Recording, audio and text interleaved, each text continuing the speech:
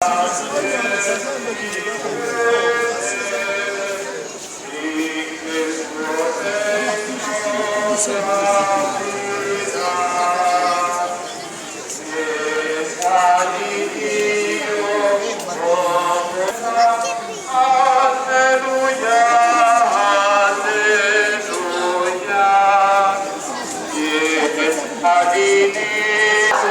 la solitudine degli abbandonati. Noi veniamo a te. Con l'affanno dei disoccupati, noi veniamo a te. Con il coraggio e la pazienza degli umili, noi... Che apre il discorso della montagna, proprio del nostro evangelista Matteo. Tranquillo. Come stai? Beati i poveri in spirito, perché di essi è il regno dei cieli. Beati gli afflitti, perché saranno consolati. Beati i miti, perché erediteranno la terra. Beati quelli misericordiosi, perché troveranno misericordia, daranno giro.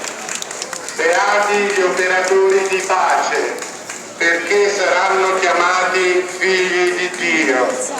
Beati perché mentendo diranno ogni sorta di male con il nostro alleluia, che significa lode, gioia, canto e viva il Signore che ci ama. Insieme. Alleluia, alleluia.